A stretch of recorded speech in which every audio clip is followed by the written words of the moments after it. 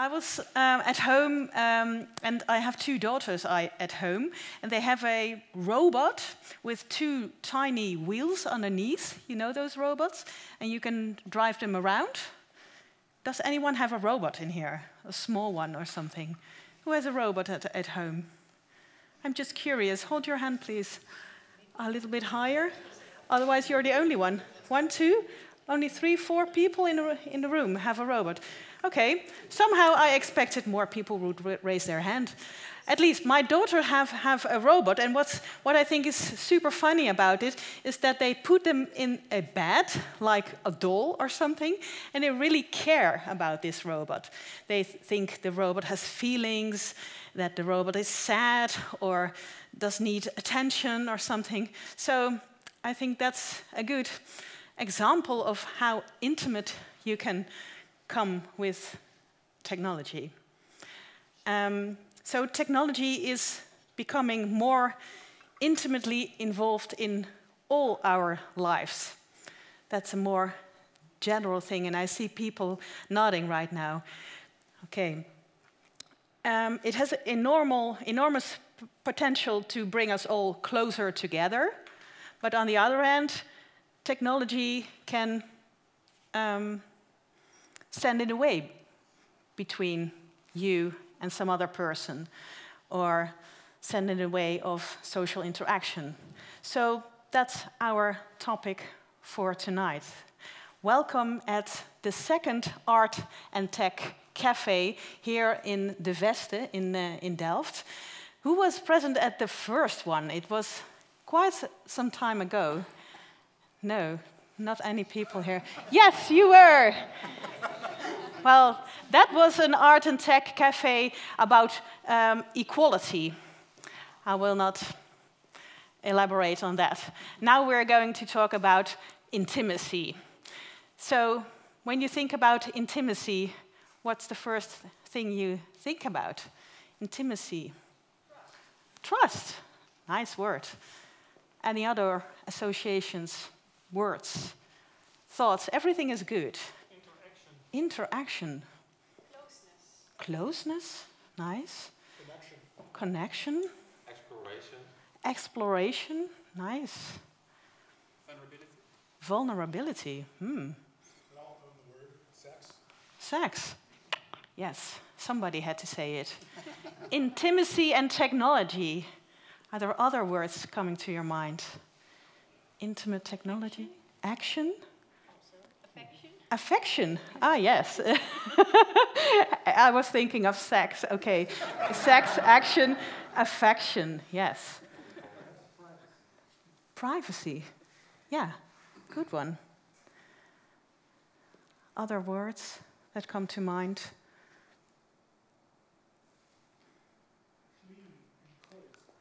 Clean and cold.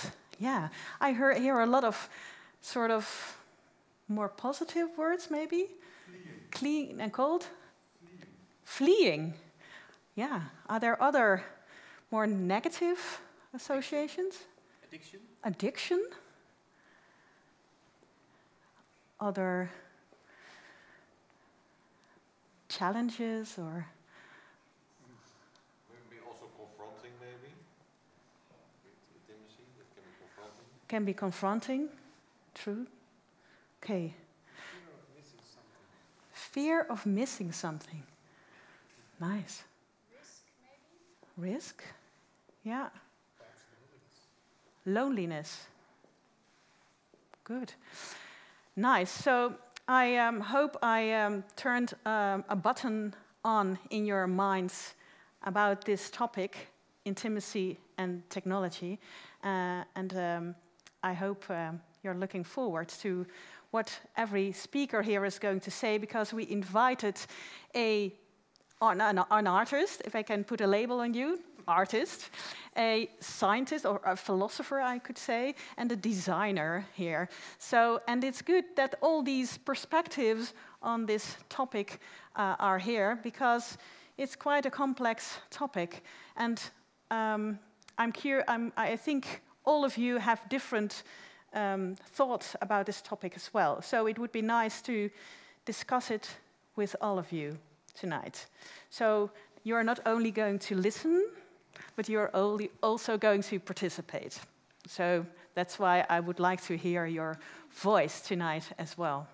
So my name is Desiree Hoving, by the way, and that's a brief introduction to say I'm your moderator for the next 1.5 hours. I'm going to introduce our first expert here. And she is a multidisciplinary artist based in Amsterdam, as well as I am, by the way. And she explores the experience of touch and the role of touch in society. So can we create an affectionate touch without human contact? Give it up for A Dima.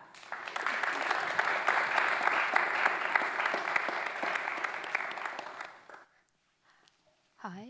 Hello. Hi. Thank you for coming here tonight. So lovely to see so many people. Wow. Yeah, thank you, Desiree, for the introduction. That was lovely. I don't have to repeat my name again. So I will just introduce a little bit what I do. Indeed, I'm a multidisciplinary artist, means I work across different fields. I use a lot of scientific research. That's where my projects are based on. And here you see a couple of examples of me with my artworks. I will start introducing a work I did in 2020, and that's called the Finger Rub Rug. And I have a nice documentation, a video documentation of the piece. So I will just let you watch this film first, and then I'm going to talk more about it. So there it goes.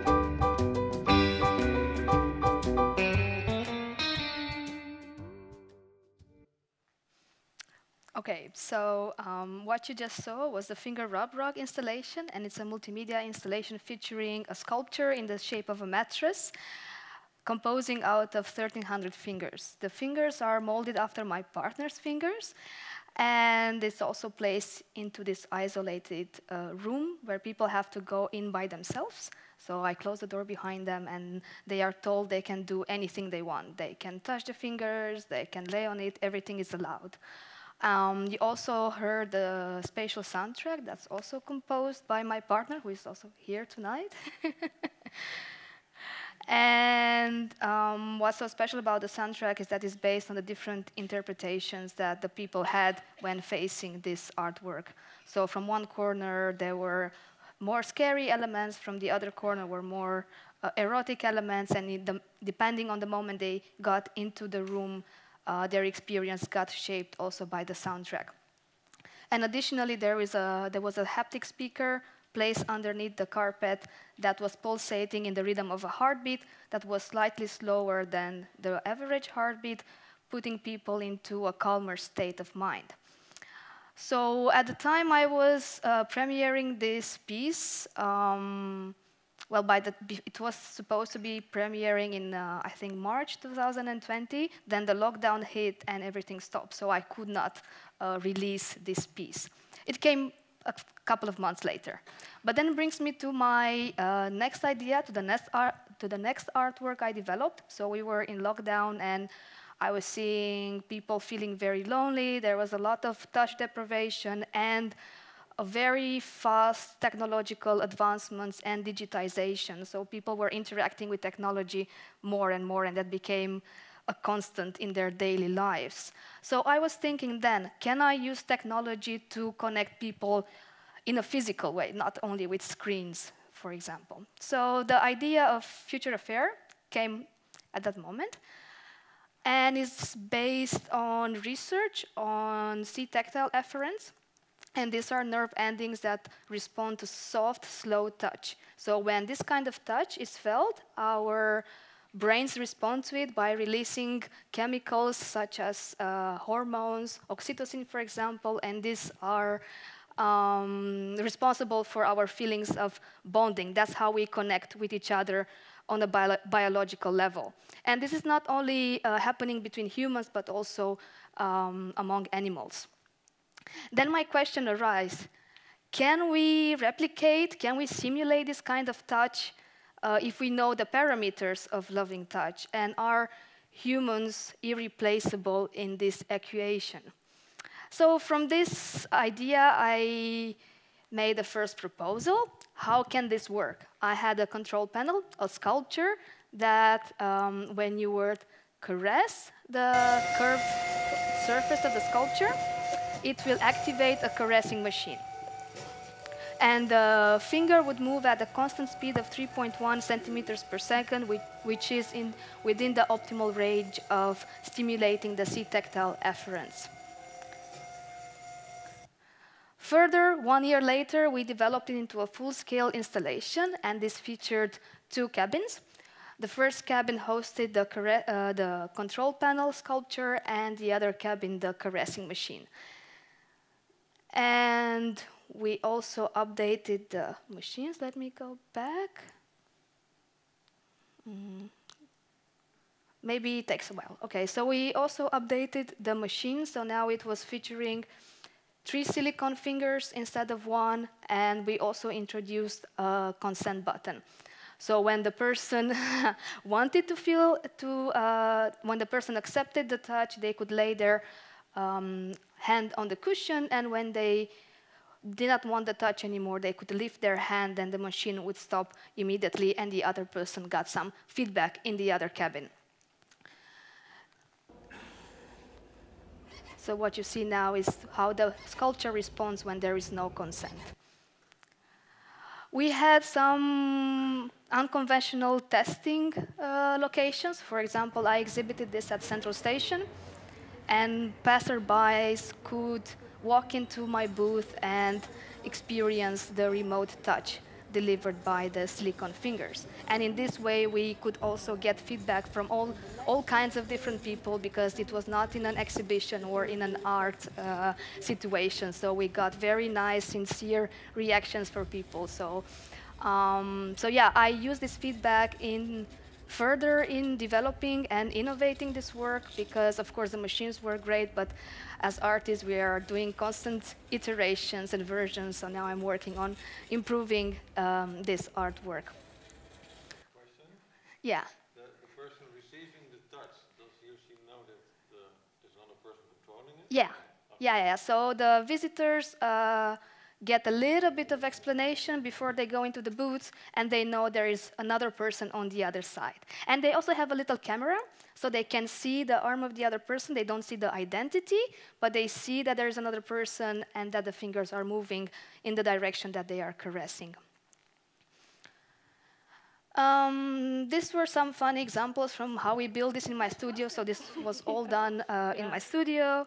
And sometimes it works, sometimes not. But there is some problem with the videos over there, so I will skip over that.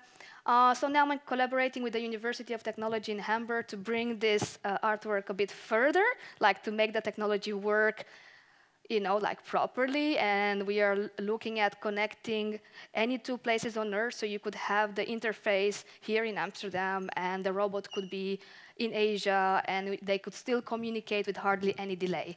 And we are also looking at personalizing the experience, as in the robot will really mimic the caress based on how the first person is touching the interface.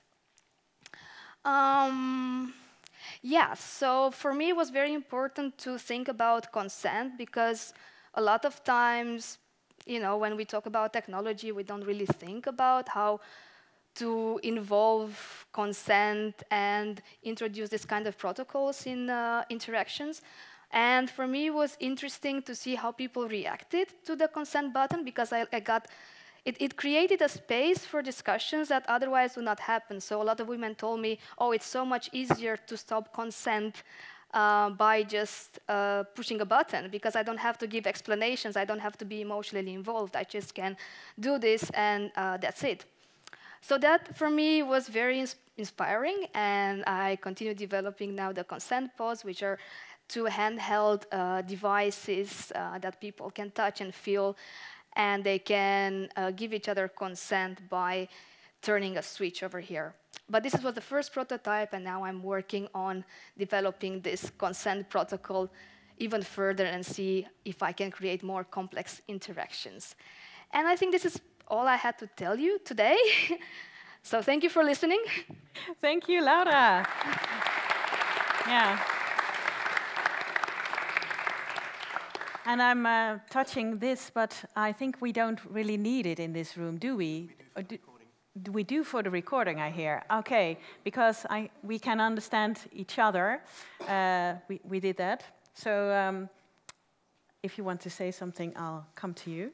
Laura, you were talking about consent already. Yeah, how do you ensure consent? Shall we ask the audience, because you already showed.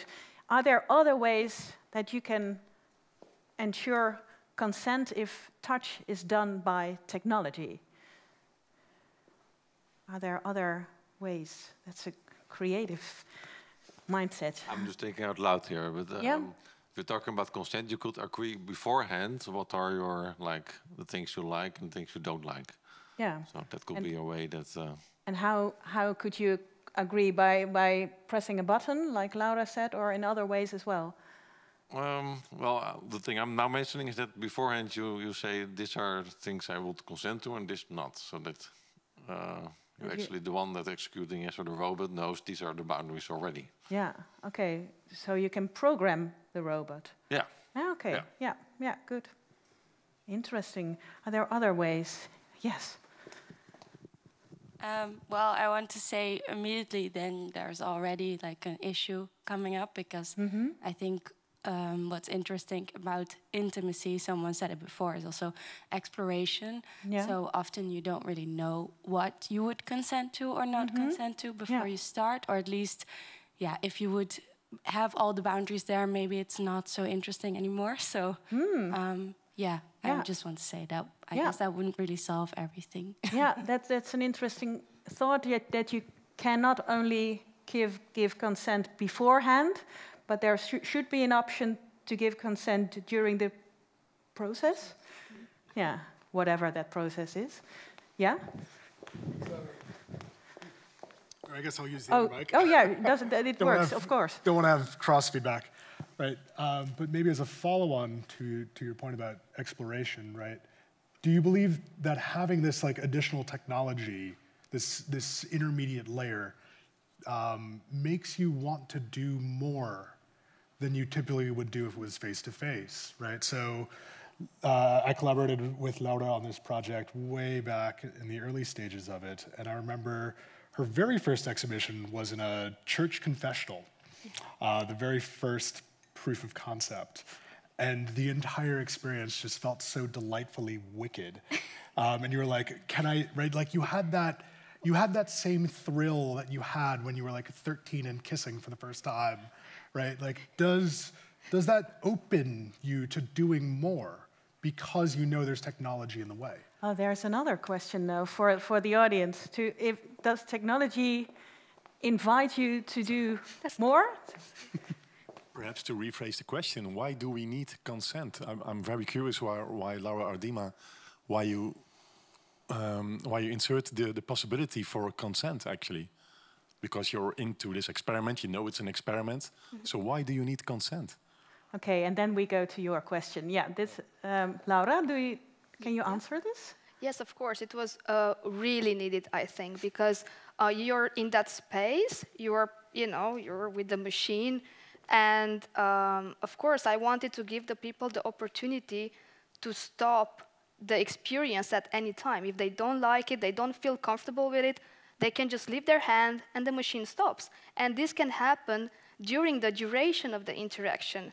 And I think if you don't introduce a consent button, then the other person will just continue caressing you and you feel that you are not in control. So I wanted the person sitting with the caressing machine to feel that they're in charge of the interaction, although they might seem as passive at first. So I did not want them to be this passive person that just receives this touch. Yeah. So that's why I did it. Yeah, yeah, sure. And then you? I want to add something to you, basically, and to the first question. Okay, go ahead. Well, I think there should be the innocent principle in general, which means you can do whatever you want until you don't give consent anymore. So basically, in a situation where you trust each other, you can do what you want and find out if it's nice. And if consent is not longer given, that's the moment you're supposed to stop. And I think that's what the button is also about. Yeah. It says stop and it says don't continue. Yeah, exactly. Yeah. That's what it is about. There was another hand talking about consent, or not? Yeah. Yeah. I think what's also really important in technology is that when you introduce intimacy in technology, that you don't really have to get consent from the technology. You can do whatever you want with anything that's not alive. But I think that's why why consent is becoming more important, because people will get used to consent not being needed, because they can do whatever they want, because it's not another person. And then when they are with another person, it is extra important that they do remember, oh, here I do need to use consent, and consent is an issue, and I do need to remember that. Yeah. So does that mean you actually also want consent from the technology, if it wants to be used or not? Maybe. If that would be possible. Good practice for whole of society. Sorry? As a good practice for the whole of society, it might be good. Like, it would not be needed in that situation itself, but to teach society how to act with other people, it might be needed. Consent comes from two ways. Did you think about that as well in your art? Well, my machines are really controlled by people, so there is always a human-to-human interaction, and the machine is an intermediary. So yeah, for me, it makes sense that there is consent. Yeah. So maybe if I will develop an automized machine, if I will ever do, I think I will also introduce it. Yeah. Yeah. Interesting. Sorry, there's in the setup of this interesting. Yeah, I'll just give it to you. It's not my. It's not my. No, normally I would hold it, but.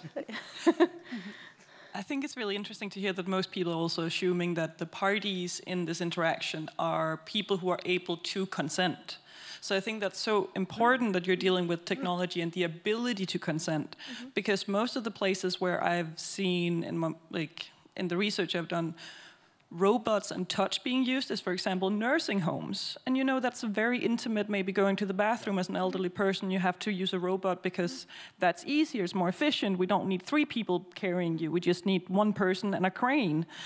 And these people have a very hard time consenting to it, sometimes even to the point that they might be ignored even if they tried. So this idea of inbuilt consent that is very natural, like moving away from a touch stops the consent, I think such an important exploration, especially when we deal with technology and people who don't have the same ability and voice that we might assume in, for example, a sexual relationship.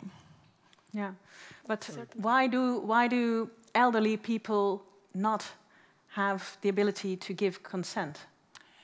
I think definitely, like some elderly, definitely, it's nothing to do with age as much. So my grandma, for example, had dementia. Much harder for her to voice her needs in a vocal way, at least, especially in the end. You might also have people with handicap or special needs, but also even to the degree of people who might seem to function normally, but might have had. So I've worked with sexual assault victims before. If you have had a bad experience without consent, you might have the same traumatic responses in other situations. So this notion that if we just assume everyone can just say yes and no. Is empowered, not is everyone empowered, is, okay. Exactly. Very clear, thanks. There's a very fun particular bit of context, I think, also to this work that's interesting to bring up, right? Laura worked on this in the middle of COVID. A time when, right, like touch consent was very extreme, but also like, right, we personally wanted to give consent to touch, but weren't allowed to, right? So the consent frameworks, you know, like suddenly when we went into lockdown, right, the entirety of our lives became through these digital windows or sometimes physical windows, and that was, right, I mean, I think that was a big part of the influence to the piece as you're working, like during our conversations of how do you allow people to remain human? How do you allow people to remain grounded in that natural experience when it's not physically possible? Yeah, because... Right? So I think that points back to the elder care scenario. It also points back to, I think, kind of the intrinsic question of touch, which is that like we need it, we want it, but we can't necessarily always have it, get it, give it. Thank you. In the right way. Thank you. We haven't elaborated yet on your question, which is also super interesting, but we'll save it for later because we have to go on. And we have to go on with our philosopher or slash scientist. Philosopher is a better title for you. Okay. She's a PhD candidate in philosophy of technology at the University of Twente. And her research focuses on sex robots and how they shed a different light on sexuality and intimacy, and the other way around, how sexuality and intimacy might change due to sex robots. Give her a warm welcome, Maaike van der Horst.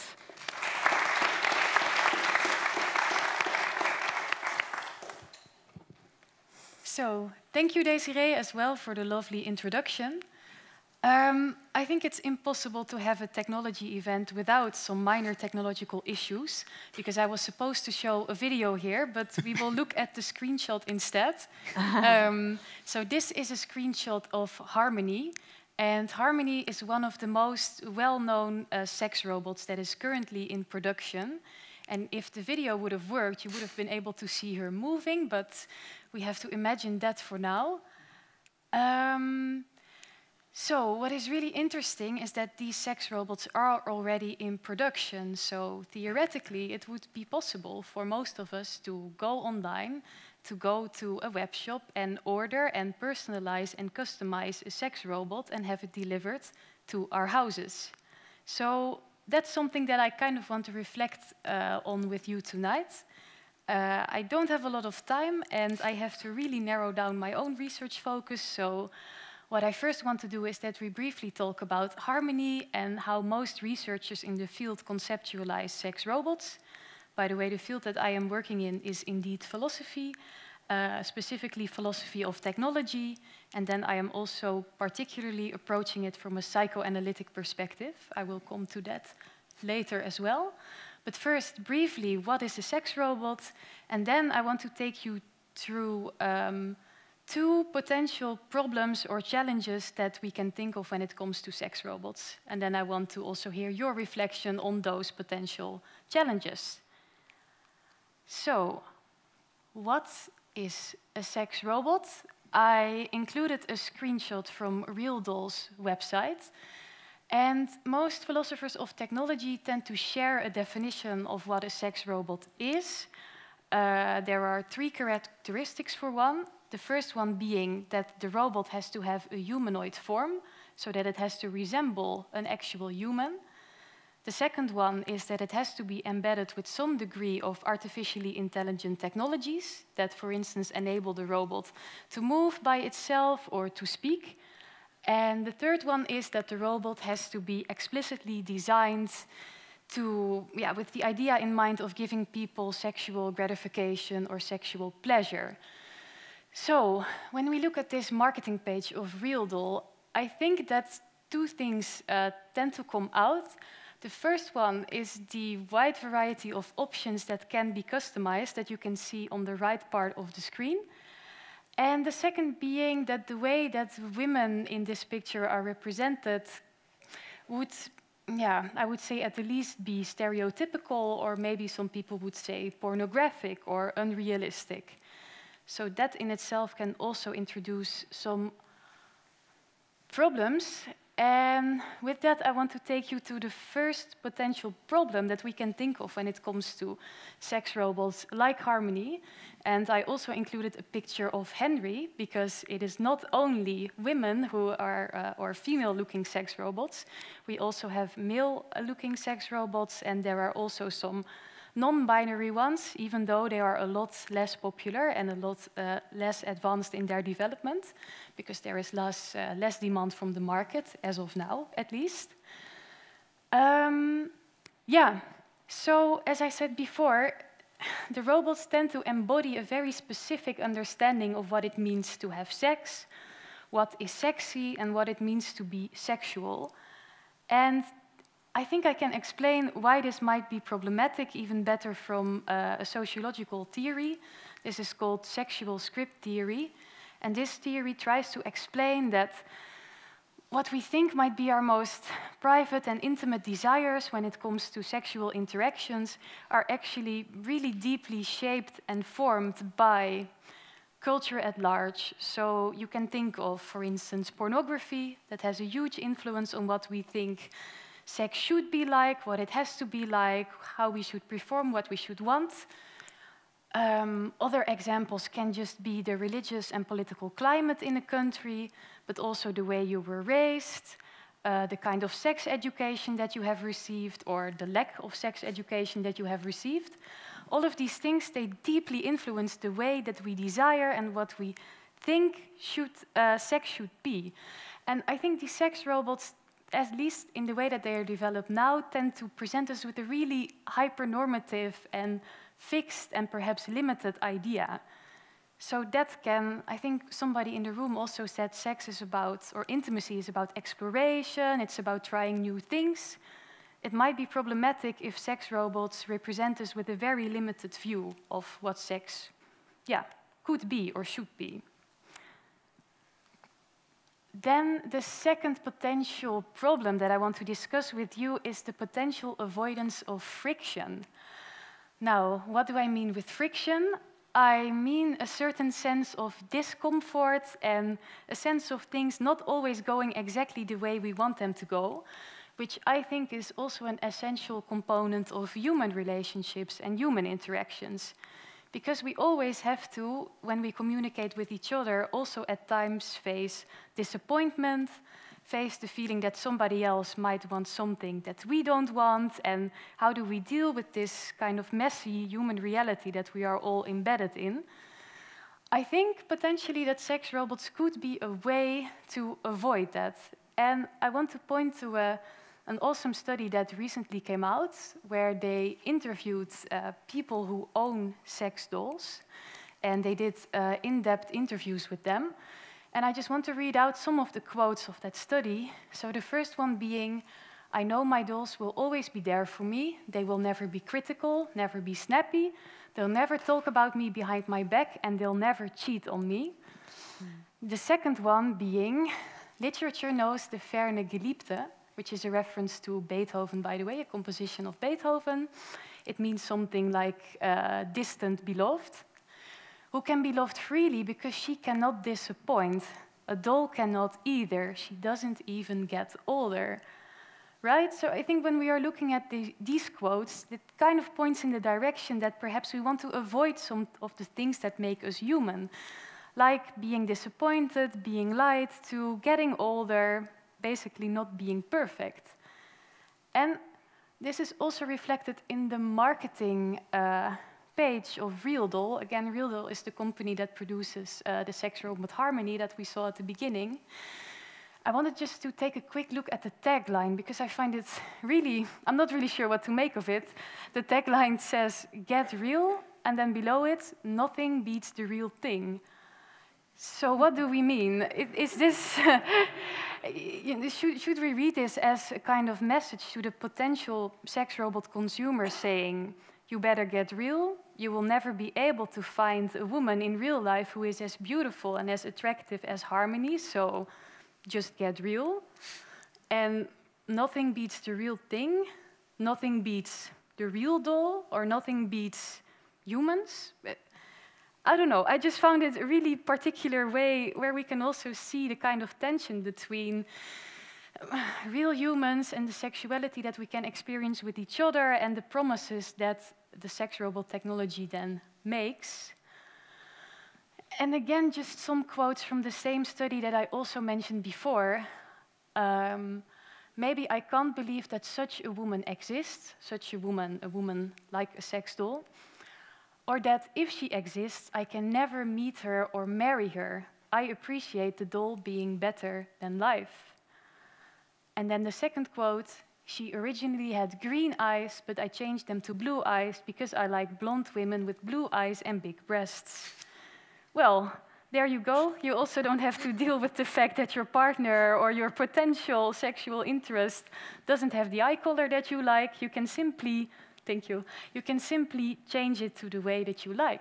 So I think this is also a potential problem, and we should really ask ourselves whether this is the way that we would want to approach sexuality. And then I was thinking about potential solutions for these issues. And at first I was really thinking along the lines of, okay, what if we diversify sex robot design? So we include more diverse body types, more diverse genders, more diverse possibilities on what the robot can and cannot do.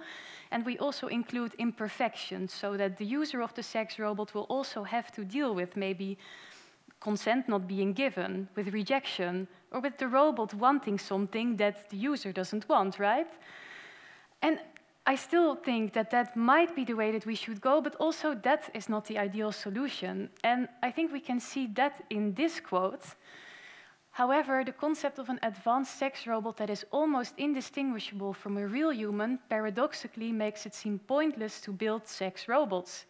If the advanced sex robot acts like a self-determined, willful human, if it consequently lies, cheats, criticizes, disregards, it's not a very positive picture of humans, but okay, rejects and leaves the human, what is the merit of creating it in the first place? So perhaps people want some kind of idealized fantasy experience of sex that, yeah, can be difficult to rhyme with the way that we experience sexuality with each other. Just some food for thought. I'm not saying that I fully support this, but it also problematizes the idea of that only if we design the sex robot to be more queer, more diverse, more imperfect, all of our problems will be solved. And to end my talk, there are some futurists who predict that by the year 2050, so roughly 25 years from now, it will be really common to have sexual experiences with a robot. And some futurists even say that it will be more common than having sexual experiences with other human beings. Whether that is true is, of course, also to be discussed. I don't know, but that's why I wanted to ask you whether you can imagine yourself having a sexual experience with a robot like Harmony, Henry, a totally different robot, or not at all. Yeah. So that's actually three questions. Shall we ask the first one? Who can imagine him or herself having sex with one of those existing robots you saw on the screen? Nobody dares. And it's, of course, a sensitive Difficult question, so yeah. I also understand. Yeah. Yeah. Yeah. Can I ask you why you say yes? Well, I think it's part of exploration and Curiosity, maybe? Curiosity as well, and like when you're exploring your own intimacy with yourself and you're playing with yourself, then you also try devices, or like you have like a dildo for women, and for men you also have like. So this is another kind of device. Yeah. Yeah. Yeah. Yeah. Yeah. And it's just, I think it's especially interesting if you combine it in such a sense that you have the robot, but then you also have like maybe someone you trust at a distance that's controlling it in a sense, or giving it instructions. That's even more sexier maybe. Yeah. Then now you're combining it with the art of Laura. Yeah. That's an interesting. Is the word Sorry? teledildonics? Yes. Is the Sorry, that's another. Teledildonics is the scientific term. Teledildonics. Like telephone, and then dildonics, like dildo. Teledildonics. Does it exist already? That is the term for that Yeah. sort of work. Yep. Oh wow! Is he the only one in the room who can imagine having sex with a robot? I don't think he's the only one who can imagine it. I think he's the only one willing to own it. Who really dares to say, yeah. Maybe you should ask who would absolutely not do it. I could ask that, but I saw someone raising a hand. Yeah, well, at this moment I can't imagine, but it's also because it's a cultural phenomenon. At this moment it's just like not done or something like that. Yeah. So I think if the culture changes, it's going to be completely different. And I think we're going to see a bigger distinction between love and intimacy and sex. Now it's very connected, and we look at this also like, oh, what this is like. It's so scary because you almost think it's human or something like that. And I think what will happen, it seems to me, is that we will just fetishize everything. It will be a fetish, and it will be a thing of its own.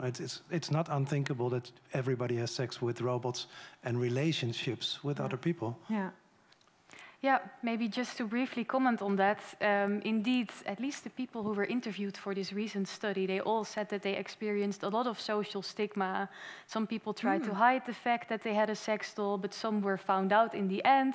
And they were really subjected to quite a lot of bullying and unpleasant social situations. So definitely, this plays a role. Yeah. Yeah. So if I come to your question, who would absolutely not have sex with a sex robot? That's what you meant. So who would absolutely not have sex with a sex robot? Those are stronger opinions. 5 over here, 5 over there. So not everybody raises their hand. Does it surprise you? No. Why did you want to know that? Well, I think it's an easier question to ask because there's a lot of stigma around saying, yes, I would do this. So I thought maybe it's a better question to ask who is not. Yeah. And I think a lot of people are indeed open to the experience of it. And for me personally, I also don't think it's more that I'm against the concept of it and I'm scared of all that it means. So the experience itself, like, yeah, I could try it out once, but I don't want to support the whole thing around it because I'm. What do you mean by the whole thing? Well, as you see in the pictures there, it's very sexualized and it's also largely based on the beauty standard, and I don't want to enforce that even more than it is already. Yeah. And also with consent, like you literally use something human-like for sex, and I think that will also show in people's relationships and in how people treat each other, that it will be more focused on using people, and that sex will be more using someone for sex, and that scares me a lot, and I don't want to support that. That's a super interesting. Really Can you interesting reflect indeed. on that, and then I come to you? Yeah, definitely. I'm again going to refer to this study just because I think it's really well done, and they undertake a lot of in-depth interviews with people who have gone as far as buying a robot for themselves. And indeed, what is really peculiar is that on the one hand, the people, they really imagine that they are in a relationship with the robot, and they also tend to say things that they really care about the robot, and they want to make sure that she is doing well, that she is enjoying herself, that she is happy. But then when it comes to the moment when they are actually engaging in sexual interactions with the robot, they tend to think and care about that less, and indeed go more into the use dimension of just acting out their own desires with the robot. So it's indeed really an interesting question, but it is on the other hand also really complicated to, let's say, prove or to really show the influence that these robots will have when people also engage with real-life women. Because, for instance, also in these interviews it is stated that the people are really in the know about the fact that the robot is a fantasy product, and that they state that I don't hate women. In real life, of course, consent is necessary. I would always ask and I would always communicate, but the robot for me is a fantasy project where that is not necessary, and I can simply enjoy your sexual behavior then also more experimental, like perhaps. Fantastic? Yeah, there have also been examples in this study where people say, okay, I have certain desires that I don't know whether I could ever live them out with a real person, but now I can do it without harming somebody else. Yeah. I mean, right, you touched on a point that I kind of want to bring up, right, from a more positive light, perhaps, right? One of the... Right, so I work in the sex tech industry. I'm not Derek, I'm not the AI expert, so I'm kind of a last minute change. One of the things we discovered when looking down kind of the landscape of sex robots was people have a lot of difficulty sometimes in navigating partnered sex, right? Or is my partner having a good time, right? How much do they enjoy this? Am I enjoying this? And finding themselves kind of trapped in that mental state without being able to experience the moment itself. And one of the real advantages of sex robots was, right, that ability to not necessarily need to care, right? You can enjoy yourself, you can focus on your own pleasure. It makes it easier? Well, not per se, right? Like you don't have to exist in a separate mind space. You can exist on your own, you can exist in that moment, and you can get the gratification that you're looking for, right? So you can frame it in a negative way, where you're saying, right, people are learning how to not care about humans, but you can also frame it in another way, where it's like people are learning how to care about themselves. So there's an element there, also in monogamous relationships, right? We all have different sexual desires and fantasies.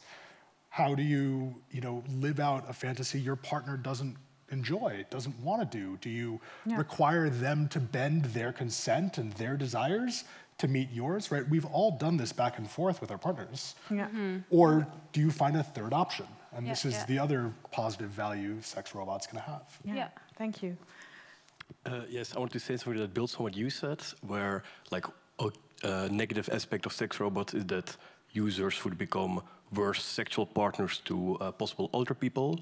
But I also think that a very negative aspect of it would be that people have a worse relationship to like the concept of sex. Like it becomes purely something that's between them and a technology instead of something that's between them and a person. Like right now that you see that with internet porn, like a lot of young people, especially young men, have this really skewed relationship to sex where for them it's literally only masturbating, and then we usually do very like intense or violent pornography.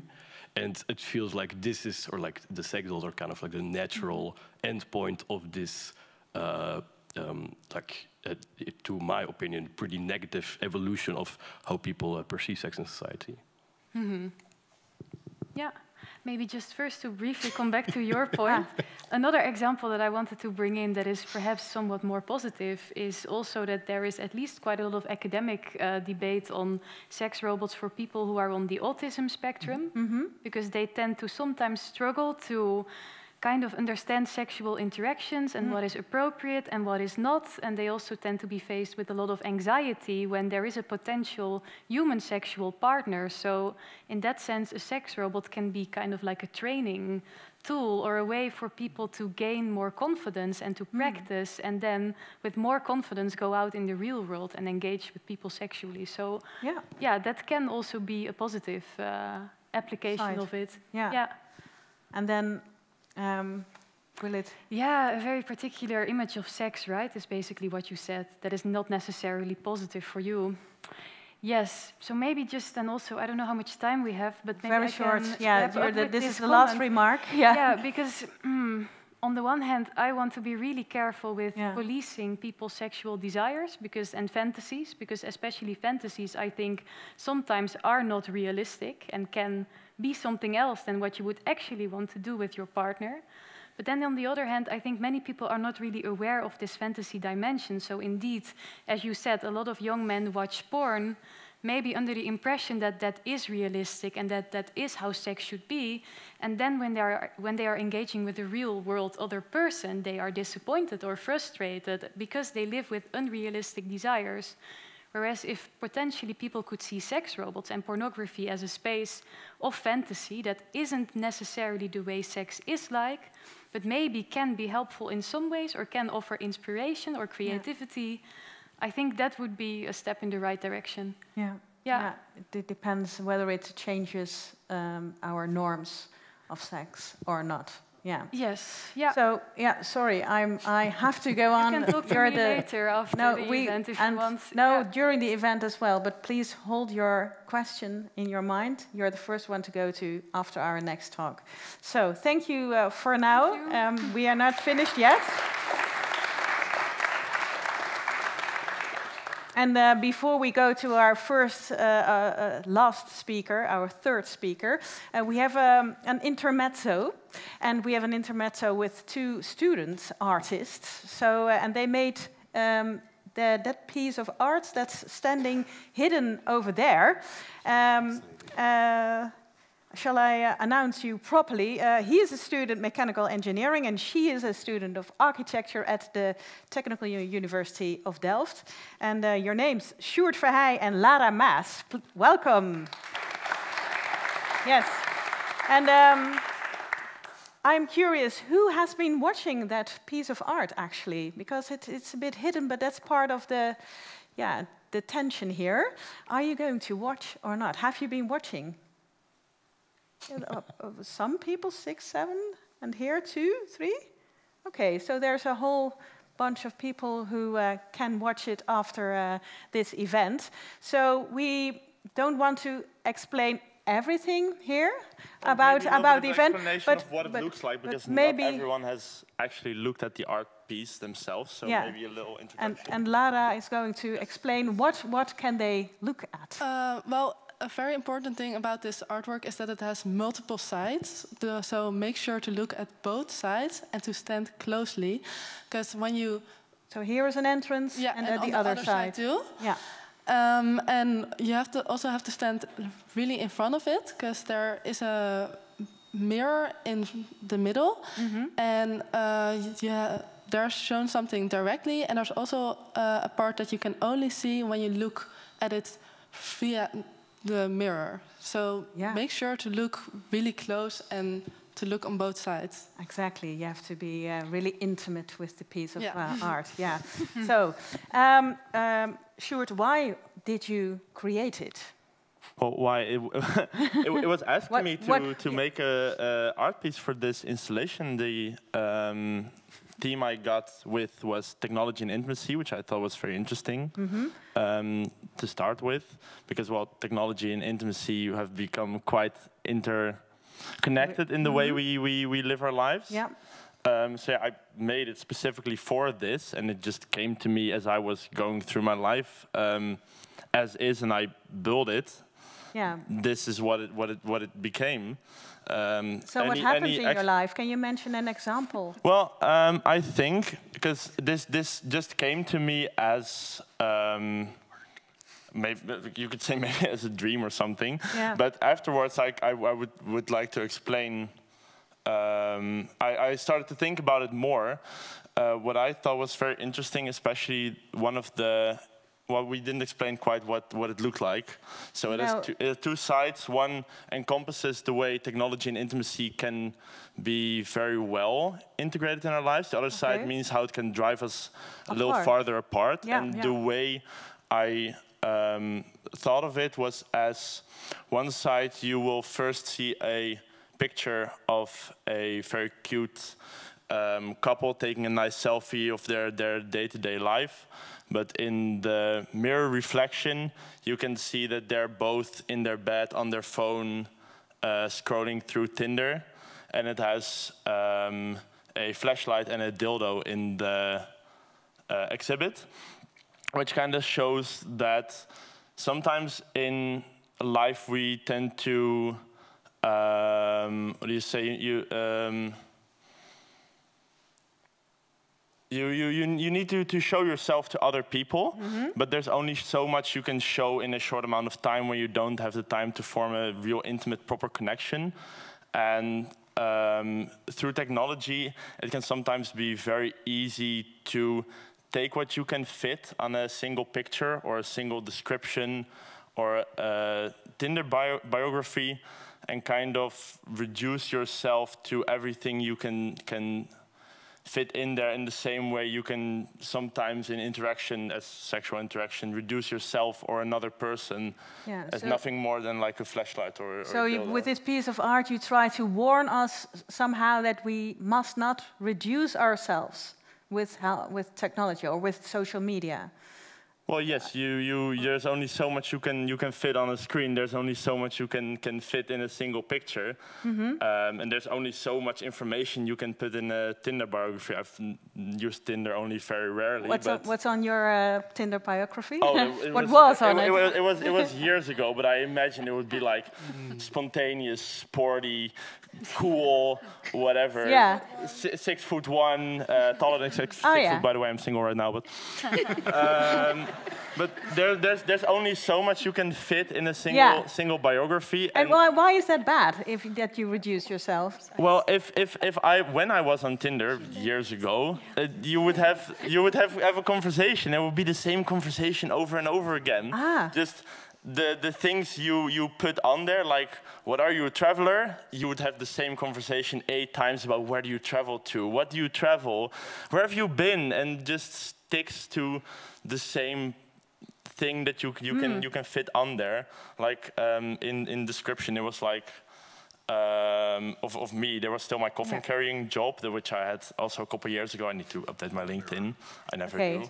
A coffin carrier side job. Okay. Which I thought was great when I had it. It was great fun. It was interesting. But looking back, I sometimes feel like I enjoyed more the fact that it was interesting and nice to tell about, and something a quick and interesting, easy fact, than the fact that it was actually a very fun job, which goes into like the whole the way you present yourself is more important than what you actually do. So it changes your identity in a way? Yes, your identity becomes more what you actually fit on your screen instead of what you actually are. I think technology will, for a lot of people, reinforces that instead of makes it more intimate, which can be quite harder, which was also why I thought it was harder to actually think of the positive side of the two art pieces. But fortunately, Lara has thought of the positive side. Well, I have also thought about both sides. Both sides. So what is your relation to the art piece? Well, Short asked me to do the drawings for it, because he can construct really well, but can't really draw.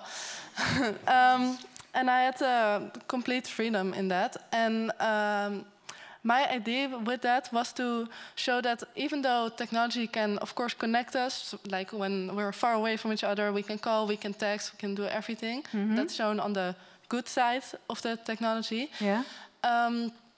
But on the other hand, on social media, we tend to only show the best of us. So like that you're a traveler, that you're sporty, or like they're the cute picture for social media to show in how good of a relationship you are, or all what you achieved. And only the good stuff. So when you go on social media, you also only see everyone's good stuff. Yeah, and your reduced piece of yourself. Yeah, and that also, when you see everyone having that great, amazing stuff, you also want that for yourself. And that causes us to tend to get the very best and to keep searching for the very best, because we think there are people who are living amazingly with only good things, and that also comes back in relationships. So people see online like, oh, these people do these cute things and they look great and they take pictures together, and they try to find a perfect relationship with a perfect person, and it tends to makes us stick less to the relationship we have and to keep searching, and to keep searching for something perfect or something. And that is what I try to show in the people looking on phone on Tinder, because they are searching further than what they have, and they are not nurturing what they already have. Good. And the other side, because there was a positive... so that's the negative side, that's the happy social media picture, and then the searching for others for better. And the other side shows someone who is alone laying in bed, and then someone who is a couple who are holding hands through a phone, because technology can connect us and you can use it for good and for meeting people, for getting inspirations, and for all sorts of good things, but you have to be careful with it, because it can also cause a lot of bad things in your relationships and in your life. Yeah, beautiful. Nice explanation. And let me see how much time we have. We are over time, but I promised to ask first to you if you could relate to these two sides of technology, whether it can whether your relations can become more intimate, or you can be torn apart. Do you recognize that? Do you? Of course, you say, yeah. In what way? No, the two sides. Yeah. And what is very important, that it doesn't change the persons, but it changes also the cultural context where you. That makes technology also, and we are discussing now all kind of isolated experiments, but the influence of the visit has on the society, and is very important. What are you thinking about? Can you mention an example? Let's say the dark sides of what you described, the distance that we get a society. Just imagine, and I don't say that exactly will happen, but that we get a society with distances. Yeah. Which will influence people. Exactly. Yeah. And the same with the sex robots, that will change our cultural context for sex. That is, and that's very important. So technology influences culture, and when people in the back are also nodding. So that's what you want to show us. Any other thoughts about intimacy that technology can connect or create distance? What I'm also curious about, like we focus now on the technology part, but like if in such an app you have like the users, and there's two parties involved, people, and the app or the technology is a medium for that. But when we talk about like your pictures have to be perfect, for example, on the social media or on the Tinder, how is that different from if you go somewhere and someone dresses up nicely compared to someone doesn't dress up nicely? No, shall we ask the artists? It isn't, I think. I think it's the same. Oh, sorry. Well, it will struggle from the same limitations, which I also said in the fact that when I had an interesting job, I sometimes afterwards thought like, did I really think that was nice because it was actually a nice job, or because it was a nice way to easily, quickly present myself in a quirky, fun way, which just shows that you have interactions with people, and sometimes you'll go to a party and meet 20 people, present yourself 20 times, have a laugh, and not really interact and not really connect. And sometimes you will cook with someone, you will cook, other person will put on some music, you barely talk, and there will be a very intimate thing that forms a really proper connection. And my problem in that sense with technology is that it is easier in technology to go for that. I go to a party and I meet 20 people and I have a very low connection with all of them and I have a quick laugh. And it's very hard to, in the art piece, it's two people listening to music together. Like you can use a Spotify jam to listen to with music to someone across the world, which is more in the sense of sitting in a kitchen together, having this very low level, less intense, more intimate connection, but it's quite harder to actually find such a thing when you use your technology, your phone, and your computer. Okay, okay, yeah. I think that also the difference is that when you go to a party and you see people dressed nicely, you see like 20 people and you see them in real life. But on social media, you see hundreds of people, and mostly the most successful people come first. They have the most views and they are shown the most.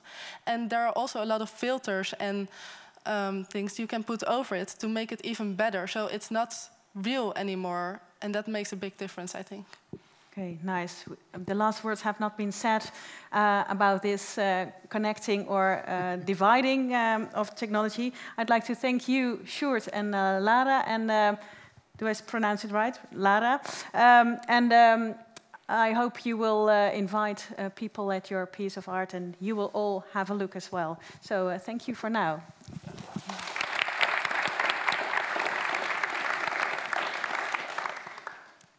And last, but certainly not least, he came all the way from Berlin, not especially for this event because you were here already giving lectures at the TU Delft. This was a secret. We're talking, you came all the way from Berlin, especially for this event. There we go. To join us, and he's a researcher, a designer, a mechanical engineer as well, and explores the link between touch and emotions. And this whole field is named haptic technology, which is a very interesting word, and I hope you are going to explain it. Please welcome Daniel Schor.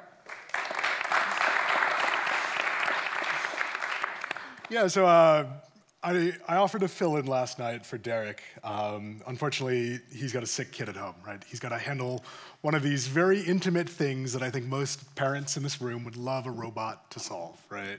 A sick kid, you don't really want to deal with a sick kid. You just wish you could outsource that particular bit of love and care. Offered to step in last minute, and I had some ideas, and then unfortunately I listened to all these fantastic talks, and now have a totally different set of ideas in my brain. The joys of living with a little bit of ADD.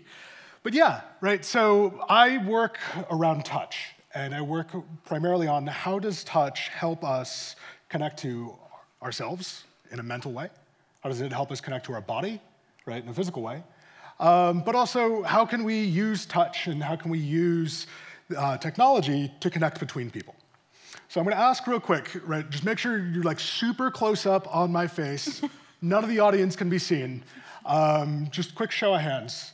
Anyone ever sent or received an intimate image on their phone? A what? Intimate image. We'll call it a nude. Image. Right? Anyone ever sexted or had a phone call that was sexual in nature with a partner, right? We already exist primarily in digital realms. Most of our communication, I mean, show of hands, who spends more time talking to their friends and their family via WhatsApp than face-to-face? Right? So we all already have very, very intimate spaces on our phones. I mean, show of hands, who would let me put my hand and just in their pocket and sit on their thigh all day? Because we do it to our phone. My phone's right here all day, but I don't think you'd let me stick my hand in there. Or even better, who would let me just go through their phone right now? Just scroll through it. Ooh, very bold back there. We have one volunteer, right? We have these very, very intimate spaces, and we've extended the intimacy of our body onto the technology that surrounds us. And so we need to find a healthier and more constructive way to manage this already predefined intimacy and the way that we want to interact with the world. Let's face it, right? It's never been easier to talk to people. It's never been easier to stay in touch and to stay connected to the people in our lives. It's also never been harder to stay focused. Anyone else with ADD? Right? Like, I mean, I probably have 300 notifications on my phone right now, and that's why I hide it behind the bar so I can actually focus and talk to you. So the first kind of thing I want to talk about is how can we maybe use technology, in my particular area of technology, which is vibration, to help understand and manage our emotions, right? How do we connect to ourselves? Anyone ever had stress? Stress? Of course. Anyone ever been told, hey, you know, you're stressed, take a deep breath? Anyone found that fucking helpful? Right? This is the common thing. But the truth is, breath is a really, really effective way to manage stress. Anyone use deep breathing techniques to manage their stress? Right? I mean, here, we'll do it quickly together, right?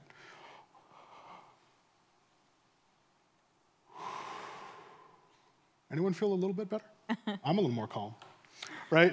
So I tend to use vibration as a way of helping cue people into finding ways to manage their emotions, right? We all know when we're stressed, we've all identified it. We're all kind of in this frantic headspace, and often we just need a way to slow down, to calm down. And so, right, a very intimate way of understanding and then managing that. I don't want something that shouts to me. I don't want something that tells me, hey, take a deep breath, right? I don't want my Apple Watch to be like, you're stressed, calm. That's not helpful. We want something that's subconscious and lets you kind of find that calm place. So we do a lot of research now in how we can take interesting vibration technology, put it in a car seat, right? You're stuck in traffic. It's annoying. It's frustrating. You're stressed. You're late. Right? So I take the philosophy that consciousness is music, right? Our basic fundamental lives are just a series of rhythms playing together, right? So you're just trying to find the right rhythms to amplify, and you're trying to find ways to use technology to use the right rhythms to move kind of your emotional state. So one big rhythm we talked about is breath, right? If I can use vibration patterns to slow your breathing, I can use this concept called rhythmic entrainment. It's our body's natural desire to align to external stimuli. So this is the phenomenon when you and 5 of your friends are walking down a really long hallway, and somehow, always at the end, you're all walking in step. Right, I live in Berlin, so this is the phenomena where like everybody who goes to techno clubs regularly, we're all like left, right, right. We're perfectly in sync. It's the weird, like, random Dutch guys that only know how to do this. They're not quite there, but they're working on it. So yeah, right, technology can be used to find ways to bring kind of harmony. Within our body, we can find a rhythm that will help us address stress. Flow state is another really effective way to connect to your own emotions. Right? We can use vibration technology and play a nice, constant rhythm. Anyone ever like study using a metronome? Just put a metronome on, or some, like, what about like house music or techno, something just super rhythmic to get work done, right? Same idea. You're trying to find a rhythm, find something that kind of aligns to your body to use it. This is a way that technology helps us modulate, manifest not only our emotions, but our productivity states. So let's talk about how that works for the body. Right, so I used to work at a company called Love Honey Group. There I worked for a brand called Womanizer. Anyone familiar with the Womanizer? I will admit, not the greatest name in the world, but they're the inventors of clitoral suction. These toys that sit on the clitoris and suck. Super effective, can produce an orgasm in about 4 seconds. Top notch. Who here thinks a 4-second orgasm is satisfying? Is that what you want out of an orgasm? Right? This is one of the fundamental issues in this like boundary between technology and intimacy, we're kind of telling our technology to do the wrong thing.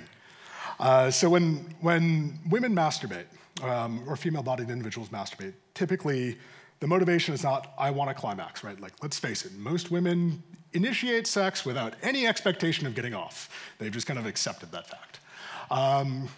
So the main reasons, the main drivers behind the sexual narrative for most women is, at least in the masturbation sense, tired, I'm trying to find a way to fall asleep.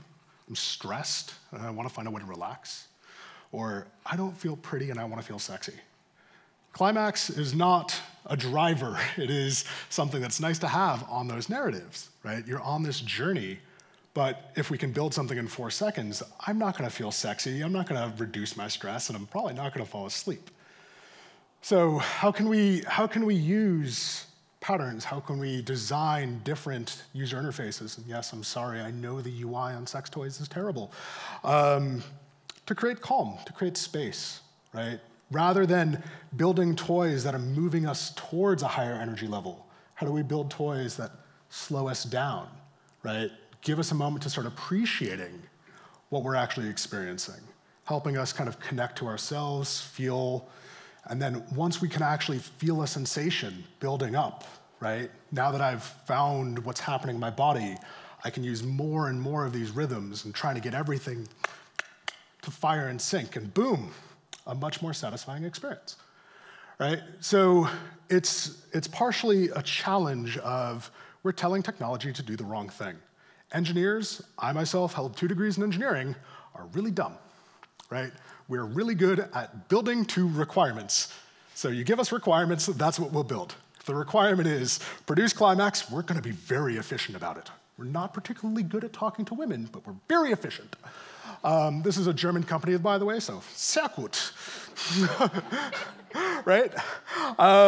So that's the thing, is it's not necessarily that technology is intrinsically bad at producing connection. It's that humans are intrinsically bad at telling technology how to produce connection. I'll kind of get to the last of the 3 things I was talking about, and I hinted at it earlier, right? So how can we use technology to produce interpersonal connection? I work with a good friend at the Kinsey Institute. This is a sexual research institute in Indiana. A guy named Adam Safran published this wonderful paper a few years ago called What is Orgasm? And it basically, right, it's a big scientific paper. If you can read high-level neuroscience papers and want to do that, highly suggest it. For those of you who are normal and not like me, I'll summarize it real quick. His hypothesis was basically what separated good sex from okay sex and great sex was really the ability to understand intuitively the rhythm your partner wanted, right? So one of the biggest issues in sex is just the inability to communicate, right? And this is true human to human, much less technology to human. You know, slower, harder, faster, stronger, whatever Daft Punk lyric you want. It's very, very difficult to be in the moment and to ask for that. Or, you know, even more on top of that point, it's very difficult to be in that moment and want to take your partner out so that you can have what you want. So I've been doing research now around this technology for about 5 years. Basically, how can we create sex toys that produce a rhythm that you can both unify to, right? This is like dancing, right? You have a really intimate dance, somehow it like becomes effortless. You don't need to think about what that movement is, what is the next step. You've found that rhythm and you're flowing across the dance floor. I have a nice little dance floor here.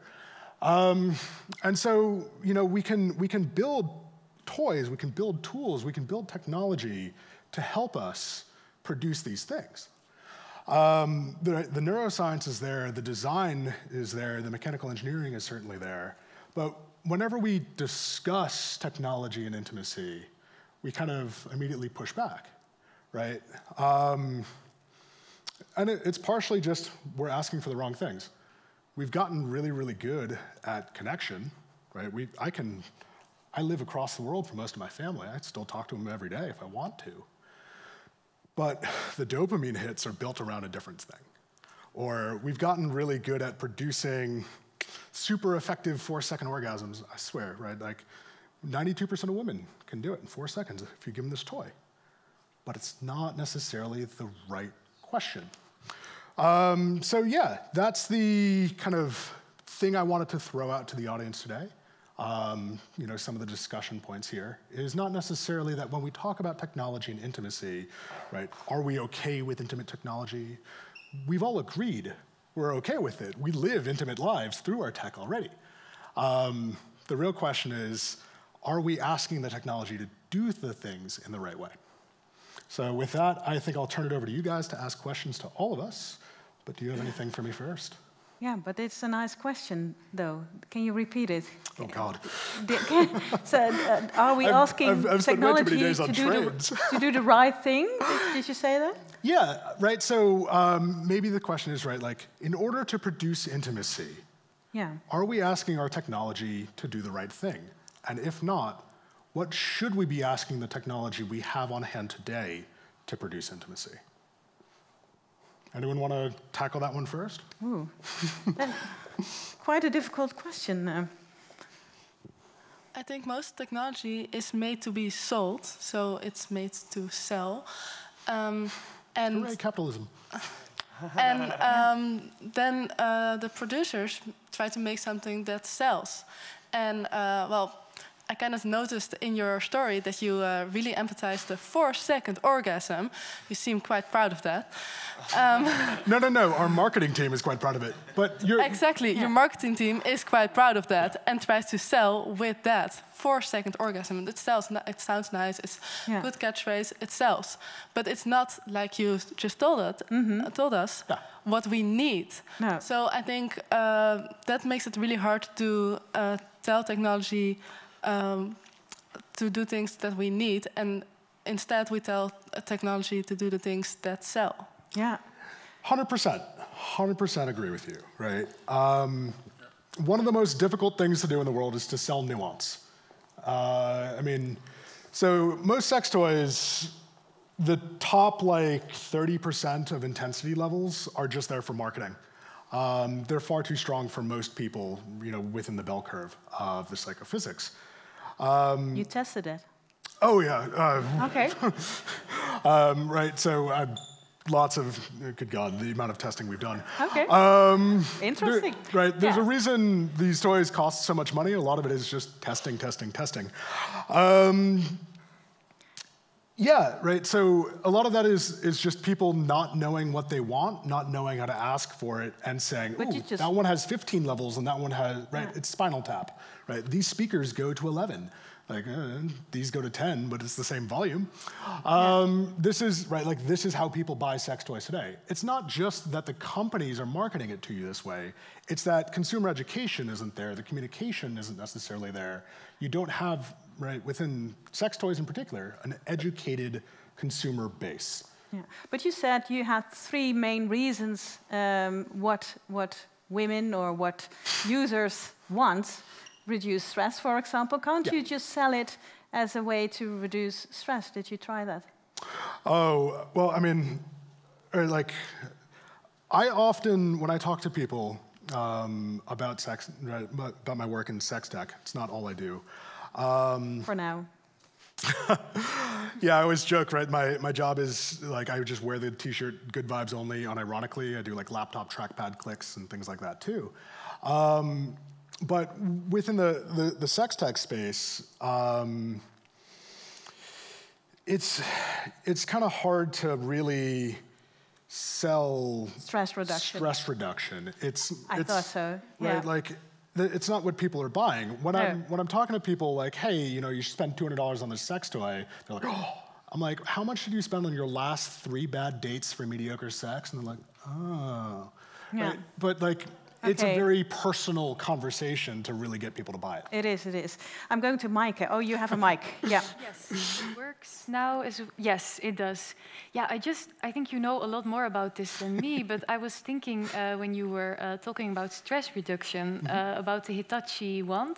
Oh, yeah. That's a classic kind of vibrator that has been around for quite a long time. Forever, and Hitachi, sorry, I'm missing Yeah, the that point. is the name of the brand. I mean, you probably know more about it than me, but this is a classic classic vibrator that has been around for a really long time. And at first it was marketed as a massage tool. So as a tool that you could use to massage your shoulders and your back in order to reduce stress. But what actually started happening is that women also started to use it to massage other body parts and release, secretly. Because nobody wanted to or could be open about the fact that they wanted to buy a vibrator, but they could be open about the fact that they had a massage tool. But you probably know more about this history, but it might be an interesting example of... Well, so the history of the vibrator is even more interesting than that. So the Hitachi Magic Wand is what kicked off kind of the modern sex toy era. But the origin of sex toys goes far, far back. Was to reduce going to the psychologist. Anyone know the origin of the word hysteria? Hysteria. Hysteria, right? I've got one person in the back, but anyone a little closer, we can get a microphone too in a second here. Right, so hyster is the Greek word for uterus. Hysteria is the idea that women went crazy because there was something in their uterus that was causing the tension that would make them nuts. And so the original prescription for that was you would go to a doctor and the doctor would get you off. Pelvic massage, right? The problem is, like most people, doctors can be lazy sometimes too, and their fingers were getting cramped. And so that's when, in the Industrial Revolution, we started to build mechanical toys to produce orgasm. It was a medical device. As a medical device, so not for massaging, but for reducing hysteria. So it was to produce climax for a medical reason. And then we should sell it like that right now. Why not?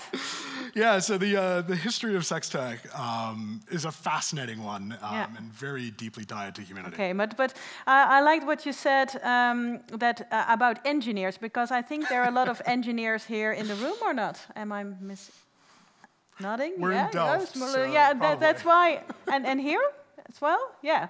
So do engineers need to learn other requirements, or how can they build something, create some technology in a better way? That's what you said. It's not an engineering only problem, right? Engineers are trained to solve problems in a particular way. Designers are trained to solve problems in a different way, right? Like, it's a societal set of questions and shaping the conversation, right? Events like this play a fairly important role in really getting people to find a shared and common narrative for kind of their sexual journey and their sexual desires. Yeah, right. The ability to ask for the right thing without all of the surrounding pressures, right? So the market pressures, the marketing pressures, right? The fact that people will only buy pink sex toys, although they only complain about it, right? Like, there's a very, very different, or I'm sorry, not different, but very difficult narrative to get through. But what could we do to improve it? So I guess I'll dodge your question again, right? By kind of putting out a hopeful message here, which is that, hardware engineering, at least, is not revolutionary; it's evolutionary, right? There's a reason a new iPhone comes out every year, and there's small changes. It's a little better year after year after year, right? You're learning, the conversation is changing, and things are moving forward. The womanizer was built in a time where the issue that people were facing was the orgasm gap. I don't think there's a whole lot of people nowadays who are at least unaware of the concept of the orgasm gap. So now the need hasn't been, hey, I need climax. The need has been like, I need a masturbation tool that fits my need. You can articulate the next problem because we've solved the one prior. Yeah. So I think, right, this is an ongoing conversation. So we have different tools right now for different needs. Though they exist already, you say. Yeah. And needs are changing. Yeah, and needs are changing. All right. We started this whole thing And we need to come to an end because we have to look at the piece of art. We are desperately wanting some drinks, I think. But can technology bring us closer together? What do you think, dear panel? Should I start? As a last question yes. for you, what after all? Of course, it's a very broad and generalized question. It is. I would say that from my perspective as a philosopher of technology, I tend to also be quite aware of the risks. And I particularly want to emphasize that technologies are never neutral. So they are never just mere tools that we can program to do exactly what we want in order to create perfect results. But they are always embedded with political structures, with a lot of things that we are ourselves probably not even aware of. So they shape what we want. And I think that would be my main point. Okay. They determine things, and we should really question what intimacy means for us. And we should critically look at those technologies to see how they might change or shape that. Yeah. Yeah. Laura, your famous last words for now. Well, I cannot talk in the name of all technologies, but I can talk the technologies that I use and the ones I build in my artwork. So yeah, indeed, I mean, I want to bridge the gap between people, and my artworks can be used as a tool for connection, especially when people are socially or geographically separated. So you can imagine that somebody at an exhibition can touch somebody from another side of the globe, and they can experience this intimate encounter, which otherwise will never happen. And this can connect people in ways we could not envision before.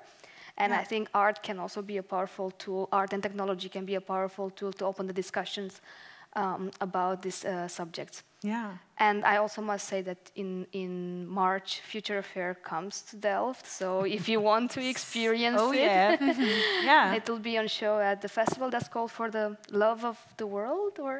Oh yeah, right, I got it right. It's going to be on the 23rd of March. The 23rd of March, you have to come here, isn't it?